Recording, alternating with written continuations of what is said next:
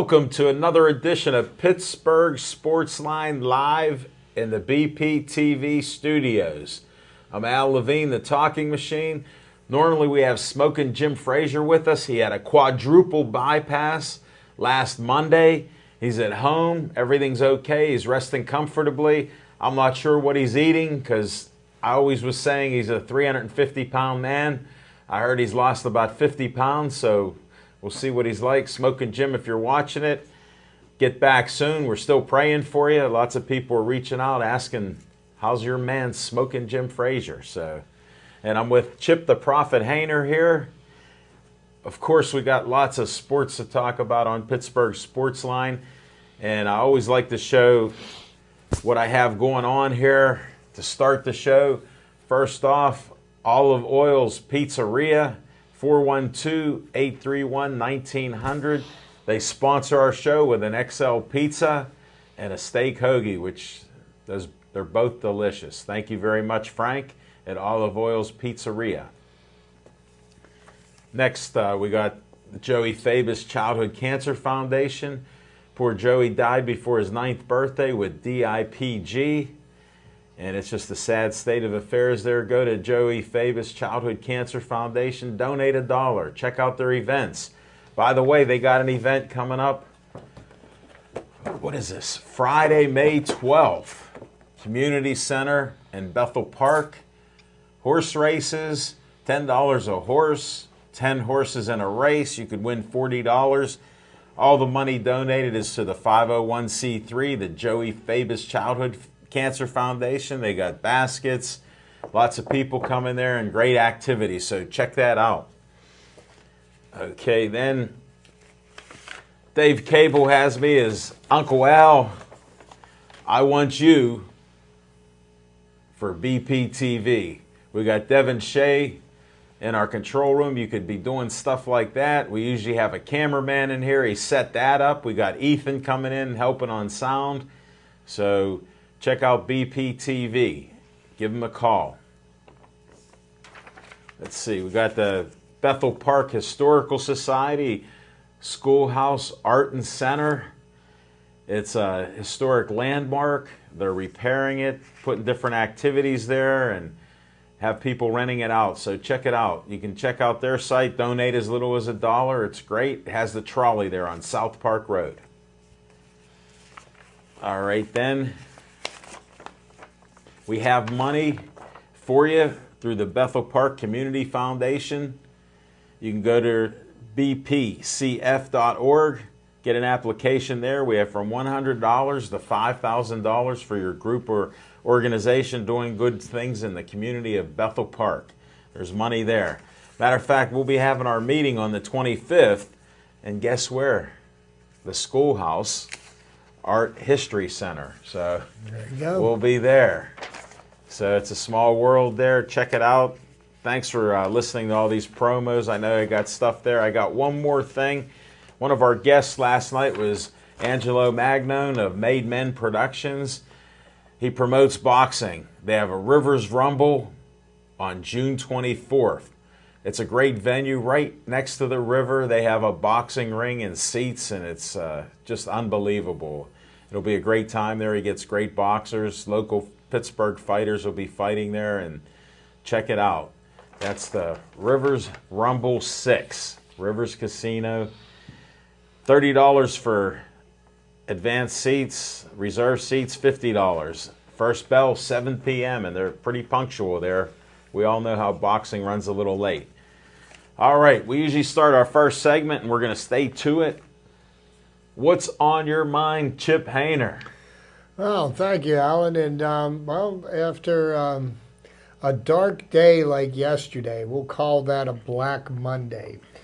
Not only did the Penguins forget that there was a game at the paint can last night, the Pirates seemed to forget that there was a game to be played in the Chavez Ravine against the LA Dodgers. The Pirates got tattooed 12-1. That after the news of Jamison Taillon being operated on for testicular cancer. And our thoughts and prayers go out to Jamison and his family. And we do hope for a speedy recovery. And, the last thing on anybody's mind regarding him right now should be baseball. It should be his health and well-being. And I'll tell you what, it really breaks my heart for this young man because, he's so far, before he even began his major league career, had to go through Tommy John surgery. Then he had to end up with a hernia surgery before he even made it to the major leagues. And through all this adversity, he has still persevered, and he's made it to the major leagues, and he was performing at a very he was like an at a very adequate pace. He was like an advanced age pitcher. And so you just wonder, and I heard a comment that was a statement that was written by him. It wasn't written by the Pirates publicist. Right. Where, he's going to take this negative and he's going to turn it into a positive. And I think this is going to be another one of those stories, just like James Conner's, where somebody is going to go up against pretty insurmountable odds and he's going to come out a winner because of his positive attitude and his never say die.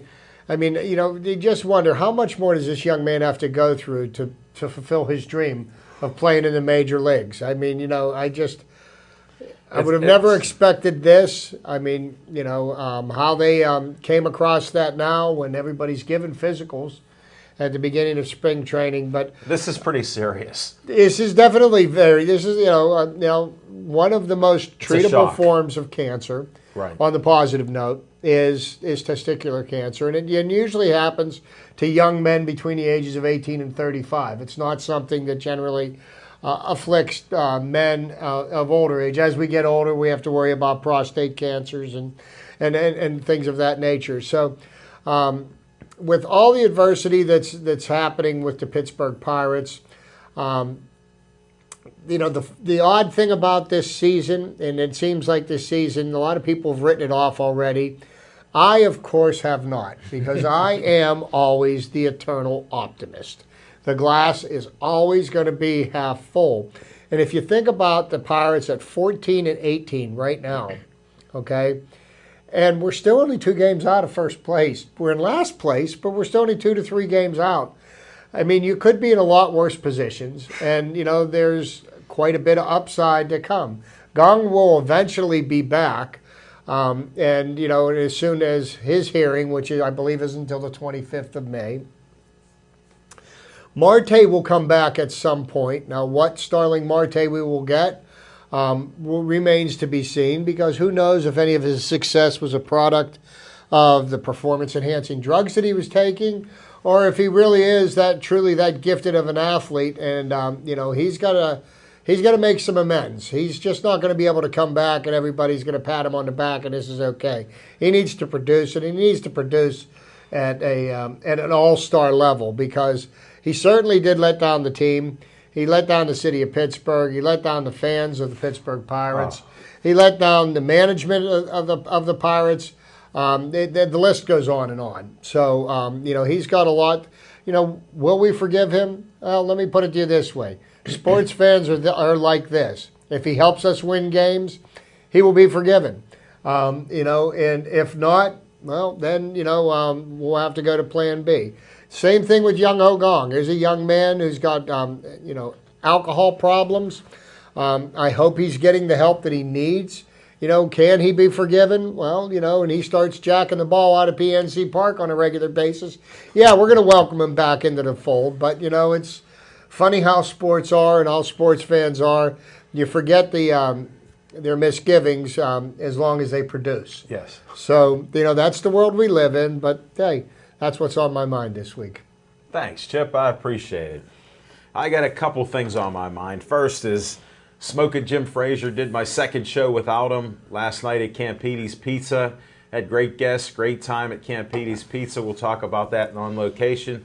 So I'm praying for brother Smokin' Jim Frazier's good health, recovery from splitting open that chest, doing a quadruple bypass that he told Chip about. He only told me about 3 arteries. Now I found out it's 4. I texted him the last couple days. He said he's doing great machine. So I'm taking that as a positive note to all his fans. If you're watching the show, keep Smoking Jim in your prayers. He's still one of the nicest guys with the best smile that I know in the business. And he's not as busy as he should be right now. He's got to be at home. I mean, he lost over 47 pounds. That's amazing. That heart must have been ready to quit on him if they pulled that kind of liquid out of him. I'm not going to speculate anymore. I'll keep texting him and get the one-word answers. I asked him how he's eating. He said, egg whites, LOL. So I'll leave that part on his health. I know he got to get rid of those fried chicken baskets. Can't do that anymore. Get some good home cooking. Hopefully his mother's there, and they're cooking up some good stuff for Smoking Jim Frazier. And he goes to the doctor on Friday, and I'll post any updates that I do hear from him and possibly when he'll be back on a show. So, but we'll do without him. I miss some giving in.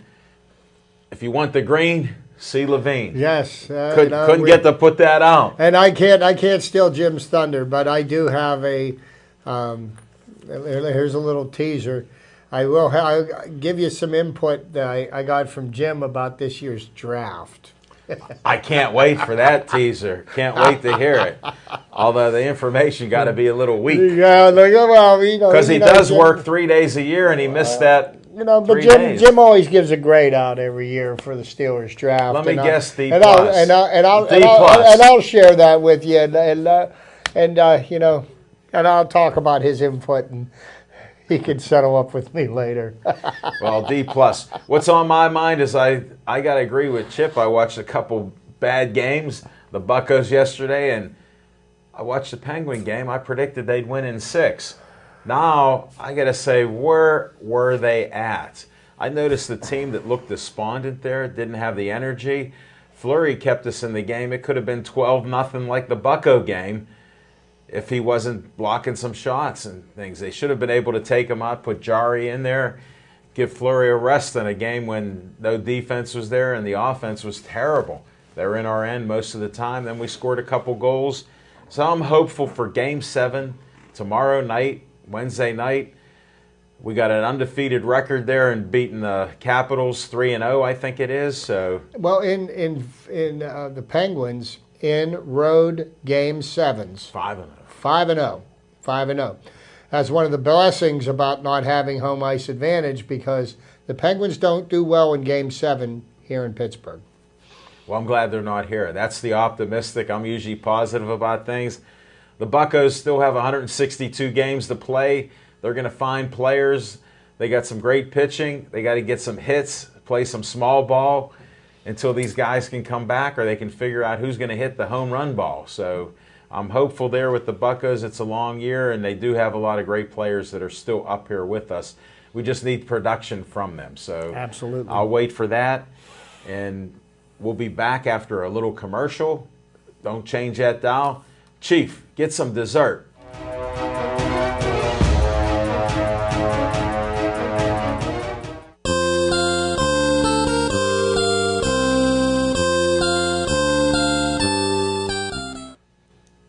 All right, good evening, everybody. Welcome to Chip's Trivia. Once again, everybody knows my passion for the game of baseball. I'm going to share some feats from years gone by in the game of baseball, things that I felt something we should make note of. The first one, I'm going to go all the way back, man. I'm going way back on this one, Alan, all the way back to 2015. Whoa! All the way back to April 29th, 2015. In what was believed to be the first major league game played without fans in attendance, Chris Davis hit a 3-run homer in a 6-run first inning as the Baltimore Orioles beat the Chicago White Sox after a pair of postponements caused by rioting in Baltimore. The Orioles and the White Sox played at Camden Yards. The gates at Camden Yards were locked because of concern for fan safety following recent rioting in Baltimore after a 25-year-old African-American man died in police custody. And, I bring this up because, not only was that, a very, very tragic series of events, but the fact that this was 2 years ago, and I was like, wow, that seems like a blink of an eye. I remember that very, very well. And I remember hearing it, Chip, so thanks for bringing that up. Yeah, that's something to remind us about. Next, going back, this one's going way, way back, okay? All right, I can't. All the way back into the dead ball era in 1905. Jack McCarthy of the Cubs threw out 3 runners at the plate, each of whom became the second out of a double play. McCarthy's defense preserved a 2-1 win over the Pirates. And that would have been down at Exposition Field over on the north side. There's a plaque down there regarding that. That was on April the 26th, 1905. And also, you think about, the years that, when, the steroid boys were popping home runs like they were going, they were nobody's business. Well, the first person to break Babe Ruth's record of 60 home runs was Roger Maris. And he did that in the year 1961, ironically enough. The year after the Pirates beat the Yankees in the World Series with Bill Mazeroski's heroics. But it was not until April the 26th that Roger Maris of the New York Yankees hit his first of his 61 home runs. He connected in the 5th inning against Detroit's Paul Foytak. So, he went almost the entire month of April without hitting a home run, yet still surpassed Babe Ruth's record. Pretty amazing feat. Also, April 26, 1980, Hall of Fame left-hander, and they used to refer to him just as Lefty. Steve Carlton pitched for the St. Louis Cardinals and the Philadelphia Phillies. He pitched the 6th one-hitter of his career on April the 26th, 1980, against St. Louis for a National League record. The Phillies beat the Cardinals 2-0. And his current team at that time beat his former team. So, pretty interesting little side note there. Going back to April the 29th in 2005, another semi-significant event, for stat geeks like myself. In the first matchup between 300-game winners in almost 18 years, the Cubs' Greg Maddox outdueled the Astros' Roger Clemens in Chicago's 3-2 win over Houston. Maddox earned his first win of the season and the 306th of his career, allowing 2 runs over 7 hits in 6 innings. And I do believe that Greg Maddox is probably one of the greatest pitchers of the modern era that I have witnessed. He was not tainted in any way, shape, or form with performance-enhancing drugs. He never threw a fastball over 90 miles an hour. But, boy, that guy could paint the black on the plate. And, they say, just as in real estate, the same goes for pitching. Location, location, location. He could change speeds. He could throw it in, out, up, down, no matter what. And he kept hitters guessing. And the guy, if he'd walked up to him on the street, people say that you would confuse him for a librarian. You'd never believe that he was a major league pitcher. But one of my favorite pitchers of all time. 2005, it was the first matchup between 300-game winners. And who knows if we'll ever see 2 300-game winners I think it's going to be do hard the same. Yeah. It'll be difficult with just the way the seasons are, the day-night games. The way the seasons are, it's the era of specialization. You're thinking about that. Somebody winning 15 games 20 years. A year for 20 years. And then, most guys just don't have the wherewithal.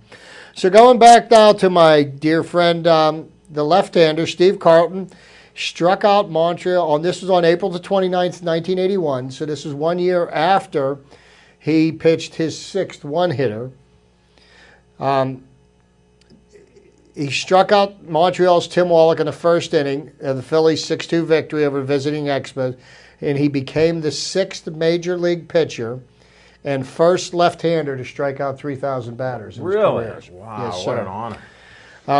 Also, before he started using performance-enhancing drugs, Roger Clemens, on April the 29th, 1986, set a major league record by striking out 20 batters as the Red Sox defeated the Mariners 3-1.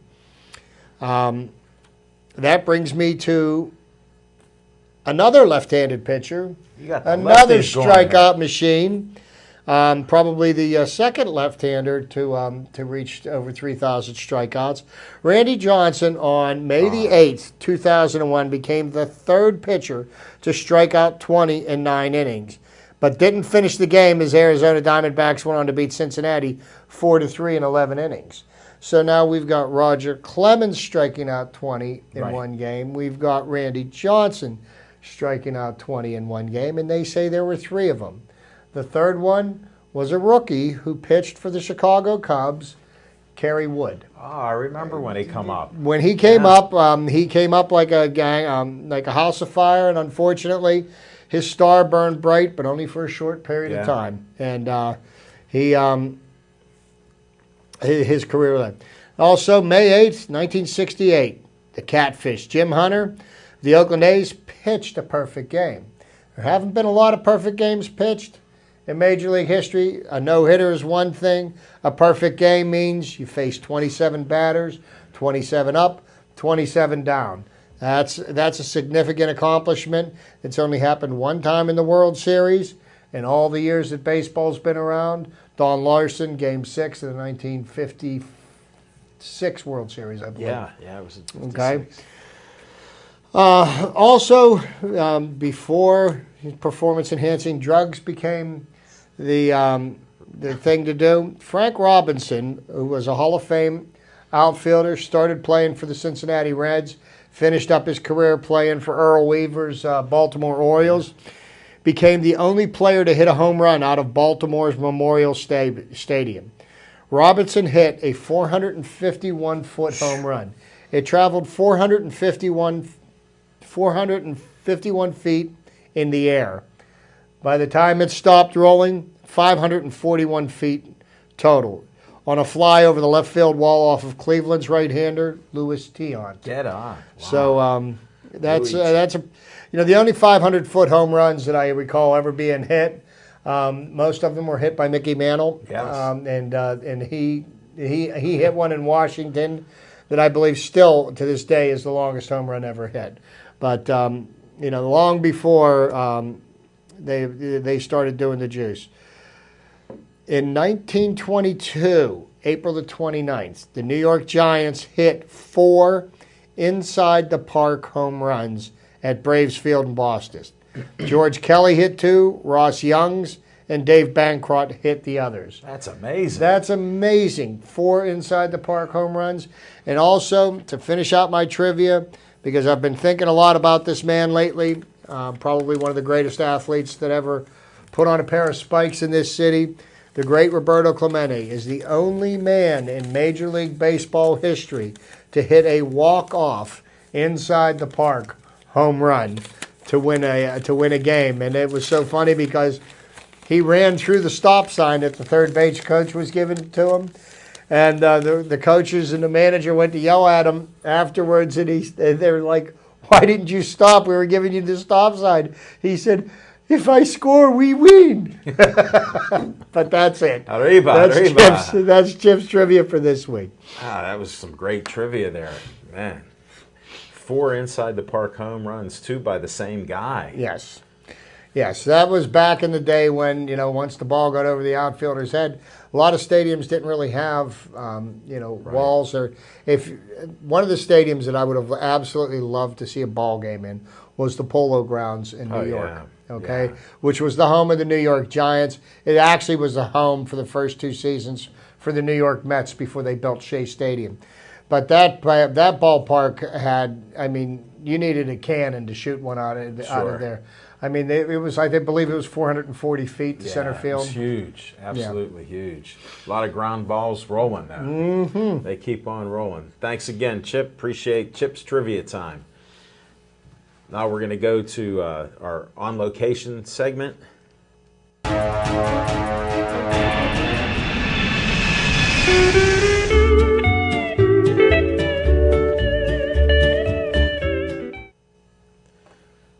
For the on-location segment, we were at the Campides Pizzeria, 4603 Library Road, right behind where the Sheets is on 88. Thanks to Frank Shrello, the owner, for having us in there. Had some great guests, Angelo Magnone of Made Men Productions, Dr. Valerie Donaldson, a doctor, an actual medical doctor, talking about different health aspects and what you can do to stay healthy and youthful. And Frank Velasquez with AHN, he's a director at their sports complex at Cool Springs. So we appreciate that. Had some good conversation there in our On Location segment. We're looking for On Location at this point in time. I'm not sure where we're going. I'm going to a few different places to check out and see what they might do. And hey, I got a text from a guy who has a text only. Smoking Jim is watching our show, and he sent this very important message. You two look good on TV. Thanks, Smoking Jim. Thumbs up to that. Jim, I mean this very sincerely. Get well soon. We miss you, buddy. Yeah, I ditto that. I miss you, Smoking Jim. Thanks. And keep chewing on those egg whites and all that healthy stuff that you got to eat. Hope Mama come home to Hey Jim, cook. if you're watching, why did you think it was a good idea for the Steelers to take a long snapper? Oh, he let the cat out of the bag. I love you, Jim. Smoking Jim, I text you back, but since you're watching, you can hear me. Thanks for the text, brother. Glad I could take time out of the show to read your text to the folks that watch our show every week. And thanks again for watching us on Comcast 7, only in Bethel Park. Verizon 32 everywhere in the greater Pittsburgh area, from Nemacolin to Cranberry, Wexford. And we had Chip a big jump on our Facebook likes.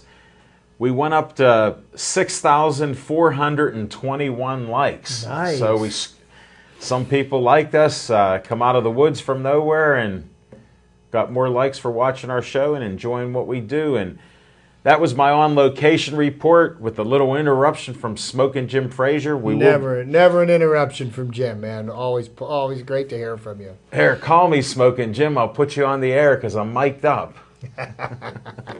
No, rest up, buddy. We can only imagine there.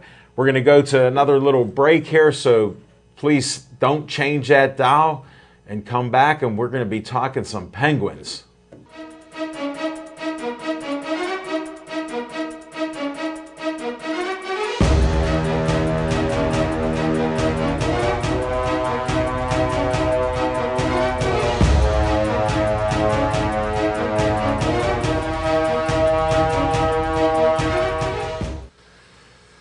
Thanks for tuning in to Pittsburgh Sportsline. Al Levine, the talking machine here. Chip Hayner with us, and Smoking Jim Frazier is watching us at home on his 92-inch flat screen TV. Thanks, Smoking Jim Frazier. And that long snapper thing, I'm glad they got the long snapper. Does he have that many TVs in his house? Well, that's just one of them. No, I was going to say you had 92. So I'm picturing 92-inch screens. No. He has a 92-inch flat screen TV. All right, I just that way you can keep. He got a TV in every room. He's got a different football game on every one. That's what I was thinking. He has the Shrine at home, which is now 2 rooms with all the photos of models and sweeties for Jimmy. Wow. So he's expanded to 2 rooms of his house. Only he could do it. So last night, who knew? Oh, Penguins! I want to avoid talking that. Thursday, here we are. Penguins are up 3-1. We're thinking, yeah, the Penguins are going to close out the Capitals. And here we are 4 days later, and we're wondering if the Penguins are going to win another game this playoff season. The performance that the Penguins had last night was certainly the worst performance of Mike Sullivan's coaching career. Penguins looked like they were outmatched. It looked like they were outskated. They were out-hit. They had no energy. They had no energy. But the good thing is it only counts as one loss. Clint Harriddle said this last night after the Pirates got drubbed. He goes, the good thing about a game like last night is that it only counts as one loss. Okay, it doesn't count as 3 losses. It didn't eliminate them from anything. Right. But it did put the Penguins on notice that, they need a lot more production out of their forwards. The defense corps has been decimated. Oh, yeah. With losing Letang, losing Trevor Daley. Their ability to get the puck out of their own end. They need to play with the puck in the Capitals' end and be an offensive force, because if you noticed, when they played on Thursday night, when they beat the Capitals 3-2 in game 4, Yeah.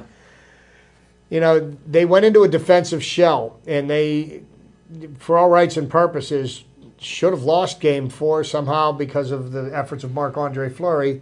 They were able to win that game, but they were certainly outclassed and outskated in game 5 and game 6. So they were standing around so much, and the puck was in their area. Mm-hmm. Fleury did a heck of a job. It could have been 10-0, maybe 12-0. I was kidding about earlier, right, with the shots that come at him from every angle possible. Well, and the Penguins had a very intense practice today, I heard.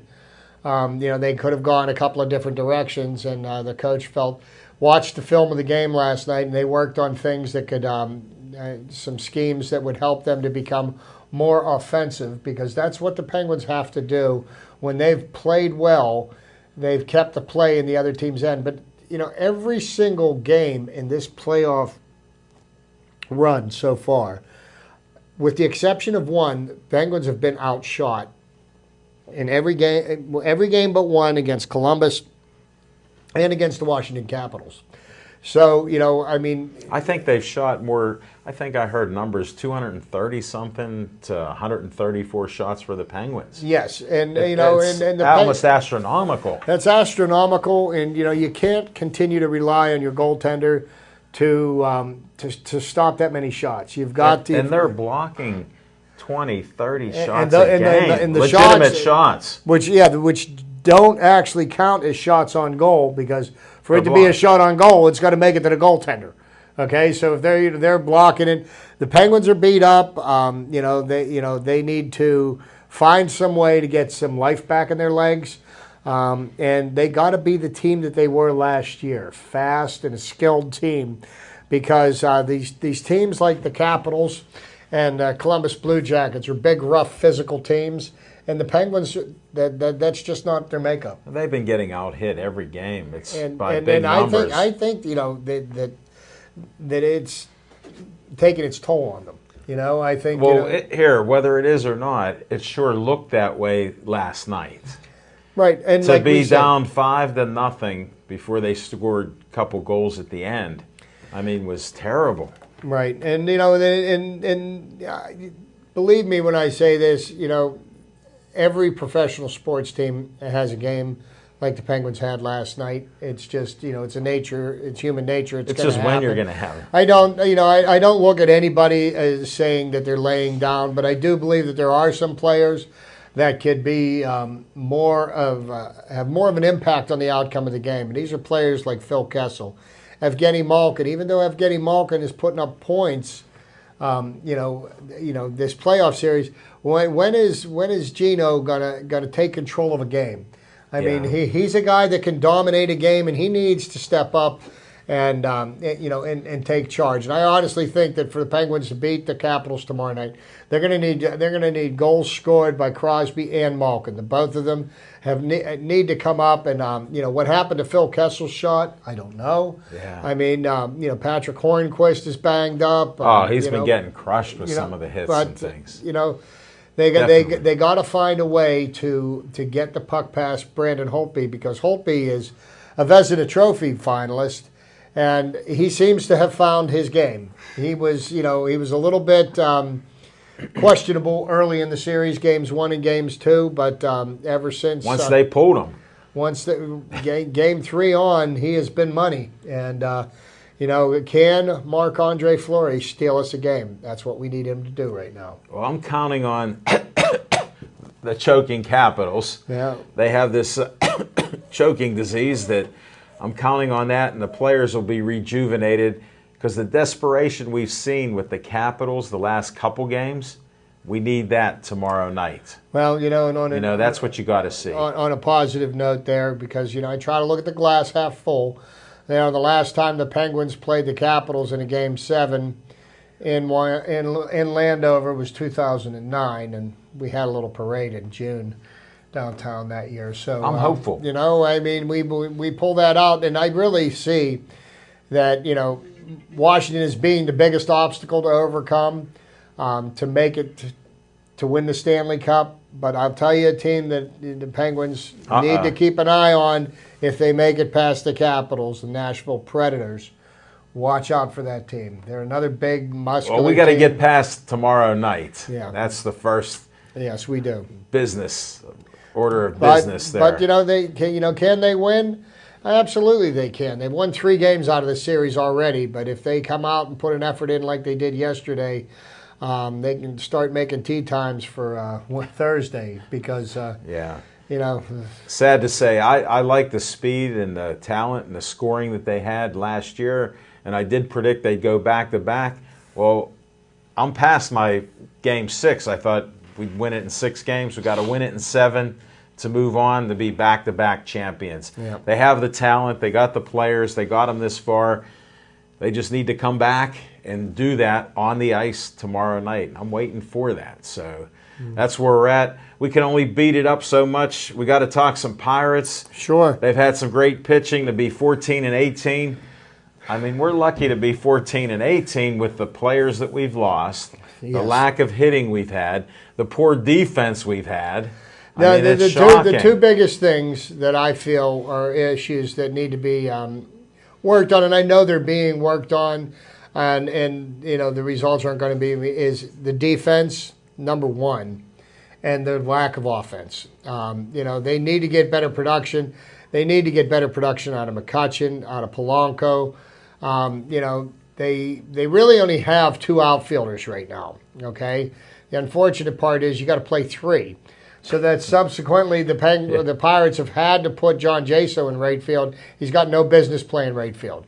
He just learned how to play first base last year. We need him there. He's not a right fielder. Gregory Polanco, being moved to left field, seems to be lost. And not only has he lost his ability to be able to play the field, he's not doing well at that.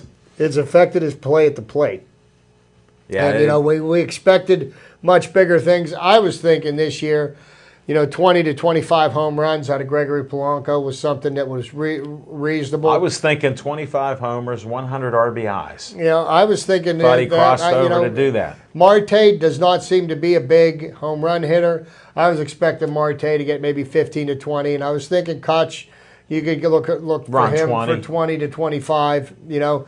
And I think that could have been a very nice piece to the Pirates' puzzle. But the outfield has been in disarray the entire year, and I blame the World Baseball Classic on that because, you know, what these guys needed to be doing instead of playing in the World Baseball Classic was they needed to be playing in the Pirates' outfield, and they needed to learn to play the outfield together, you know.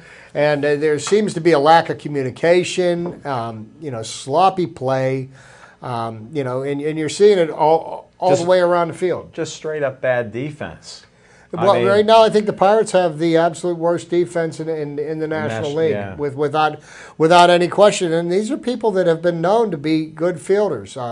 We were told that we had the best 3 outfielders, and we have 2 of them right now that are playing. And they're not playing very well. No, you know, or hitting. So. No, and you know, usually McCutchen starts out slow, and you know he's not lighting the world on fire, but you know, and he isn't stinking to join out. But you know, we need more. This is just you know, a lot of what's going on right now is brought on by the selfishness of 2 particular players. 2 particular players that we counted on to be big pieces of the puzzle this year. Starling Marte for getting caught using performance-enhancing drugs. And, you know, Jung Ho Gong, who seems to have a problem holding his liquor. And well, we got to hope, like you said earlier, that he is getting help. Well, you know, I mean, for him to not be getting help and doing this to the Pittsburgh Pirates, you know, he made a commitment to this team and to this management group. You know, they expected him to play. They expected things from him. I was looking for him. He's a guy that I think realistically could hit 20 to 30 home runs. His power every is year. surprising. Yes, it is. And the fact that he's sitting in South Korea and not on the Pirates bench right now. When's his trial date? The 25th? The 25th of May. That's when his appeal is. And there's no guarantees how that's going to play out. I don't know if he's out. I don't know how he gets out of Korea with his third DUI. South Korea's, that's serious stuff. But in the meantime, the Pirates haven't quit. They still play a good brand of baseball. I was there in the rain on Saturday night. Watched the Pirates win 2-1 in extra innings. It was a good ball game. Not the best weather to sit outside and watch baseball game, but fortunately my seats terrible weather are under the shelter. So 2 rows in front of me, they got good and wet, and I stayed dry. And well, that's a bonus. That's why I picked the seats. Because there was some rain there. That's why I picked the seats I have. They've asked me several times if I wanted to move them, and I said no, thank you. No, that's a good position. Yeah. So that's good there. And so you look at Adam Frazier is down in Indianapolis. He didn't make it out to the West Coast. He's on a rehab assignment. They need to get him back. He is he's a heck of a hitter. 4th outfielder. At least he can play the outfield and get on base. Austin Meadows seems to have livened up a little bit. He's 3 for 4 today. Here's another young man who looks to be a future piece of our outfield, and I think that we may see him before the end of the year because sooner than you think, maybe. Who knows? I mean, we definitely need players. With the injuries of Freese and Adam Frazier, I didn't really realize how thin the Pirates bench was. Yeah. And what a difference players like Matt Joyce made last year. Sean Rodriguez. They were very big contributors to everything that we did last year. We had such a deep team and a deep bench last year that could hit. Yes. It made a huge difference there. And then the fact of the matter was these guys got signed. They became free agents, and somebody's going to offer them more money than the Pirates have budgeted to spend. So that leads me to this. It's not the fact that the Pirates didn't want to spend money because here's my retort to that. Tell me the dollar figure that they need to spend. It's going to guarantee success, okay? And the people that they have chosen to pay, and they paying them well, simply are not performing the way that they should be. Sure. They've got Polanco lined up. Marte screwed them. McCutchen is not performing to the level that he's shown that he can play. But Andrew McCutchen's 30 years old. It seems to be the breaking Did he hit mark. a wall? At 30, they say your skills start to erode.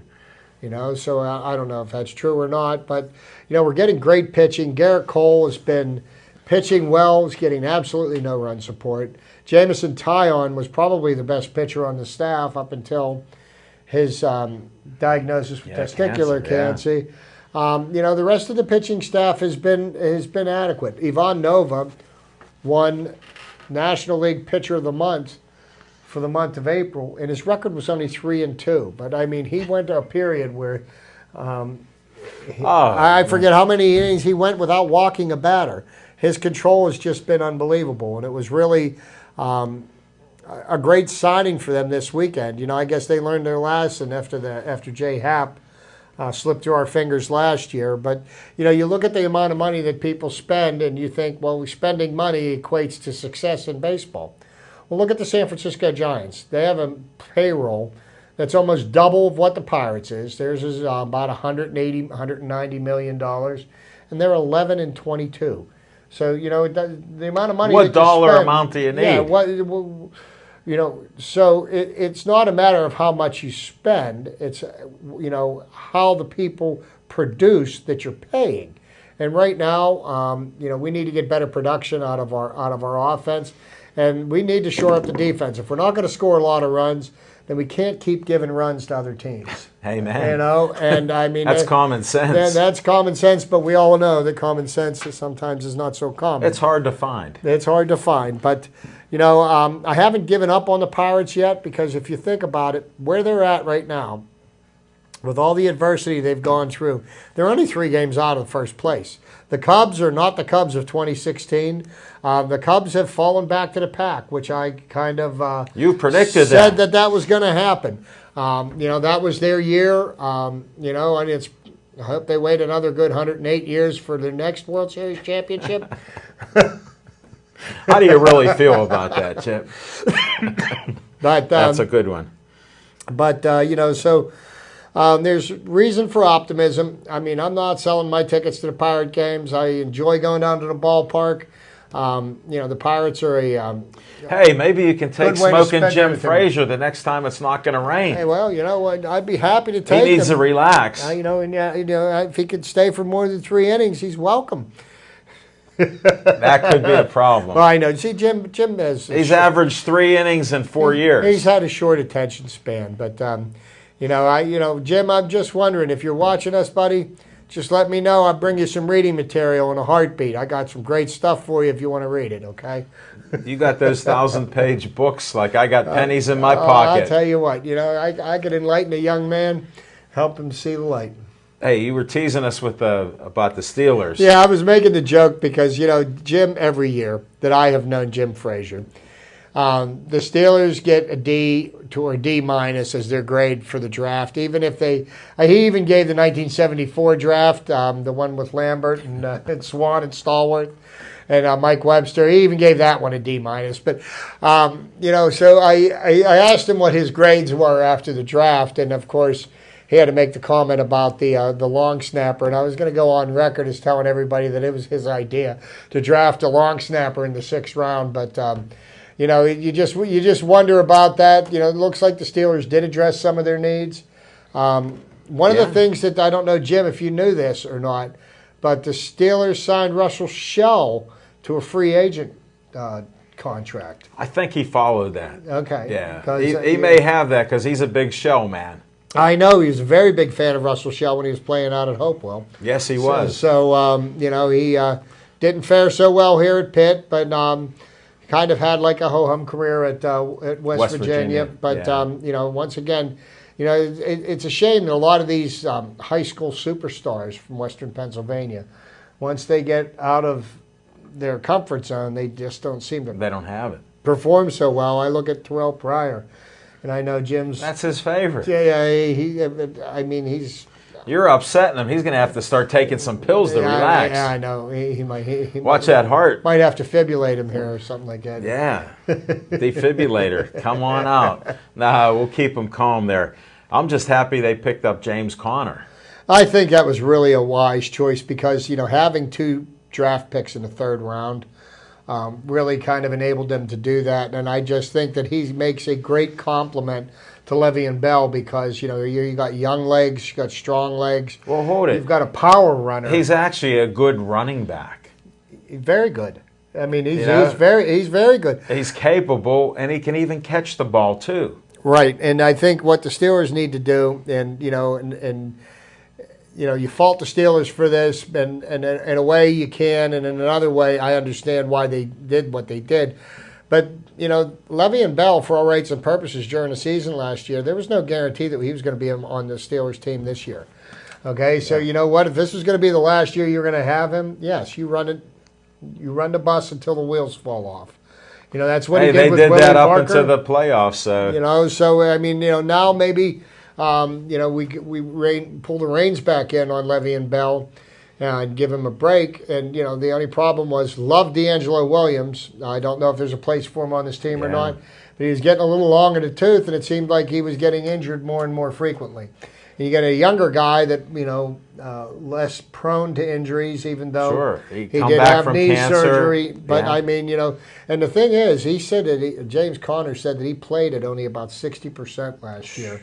After, you know, his just hearing that number made me optimistic for this year. Well, you know, I want to see him at 80, 90%. Well, I'd like to see, you know, after he gets a year of good, solid training in, And the fact of the matter is, he doesn't have to get uprooted, and he's here.